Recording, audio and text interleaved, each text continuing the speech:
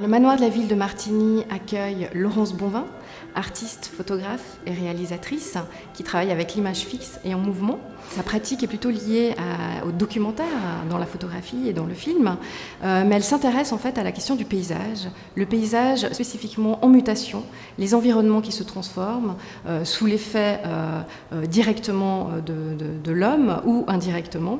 C'est à travers ses voyages, ses nombreux voyages, ses résidences à l'étranger, notamment en Afrique du Sud, en Amérique du Sud, en Asie, qu'elle réalise ses projets, ses séries photographiques. Et elle s'intéresse à chaque fois à ces espaces de transition, à ces environnements qui sont en transformation, à des no man's land, à des zones de relogement temporaire, des zones de ségrégation raciale, par exemple. Toutes ces zones, justement, qui sont amenées à se transformer sous l'action de l'homme ou sous l'action de la nature, des espaces naturels ou construits.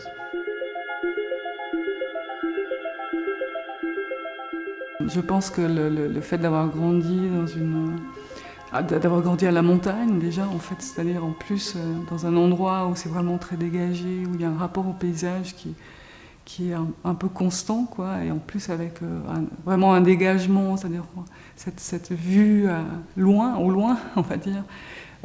C'est certainement quelque chose qui m'a influencé. Également aussi, puisque j'ai grandi dans les années 70, 80 en Valais, donc et à Crans-Montana spécialement, avec toute la transformation du paysage lié au tourisme. Donc oui, en fait, à un moment, j'ai compris pourquoi j'allais tout le temps dans les périphéries. Quand j'allais dans d'autres villes, c'est que c'était un territoire en fait, dans lequel on voit beaucoup de choses se dérouler, puisque finalement, les centres, que ce soit d'ailleurs les villes ou même une station comme Crans-Montana, le centre bouge relativement peu. C'est surtout ce qui se passe autour où les choses se passent et où il y a quelque chose de visible. Et donc, c'est sûr que le Valais m'a influencé aussi dans ce rapport périphérique. C'est-à-dire que Crans-Montana aussi, moi j'ai vécu ou grandi avec cette idée, oui, les gens du monde entier viennent ici, mais au fond, quand ces gens partaient, la morte saison, on se retrouvait tout seul et finalement assez isolé, quoi, dans une forme de périphérie.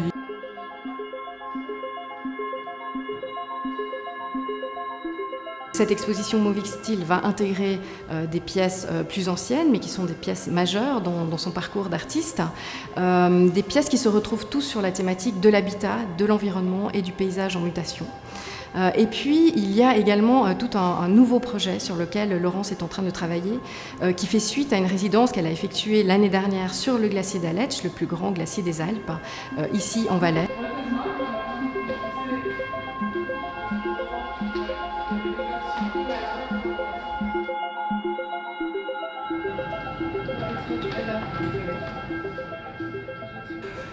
Donc assez vite, c'était l'envie de présenter ce film-là. Et puis au départ, c'était plutôt un film monocanal. Et puis en fait, à force, en fait, j'ai vu aussi l'ampleur possible de ce projet. Donc c'est devenu une des pièces principales de l'exposition. Donc Aletsch négative. Et puis, alors à partir de cette question de la fonte des glaciers, de l'eau, en fait, c'est décliné en fait des travaux que j'ai présentés, comme ici Blikisdorp. Donc il y a un travail de 2009 réalisé près de Cape Town. Et aussi un travail par contre qui lui est nouveau sur Chacabuco, qui est donc une ancienne mine de salpêtre et aussi ancienne prison sous la dictature de Pinochet, donc au Chili. Donc on est dans des environnements plutôt désertiques et sur des questions d'isolement et aussi des problématiques d'eau, pas directement, mais il y a quand même ce rapport, disons, à ce contraste en fait entre un lieu où il y a beaucoup d'eau et un autre où il y en a très peu.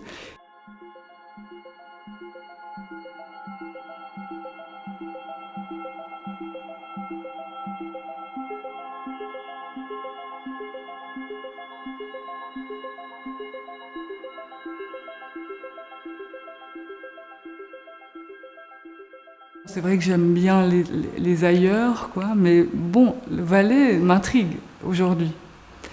Parce que peut-être j'ai plus de distance et je vois le potentiel, disons, je vois qu'il y a des choses à faire. Donc bon, peut-être c'est à venir.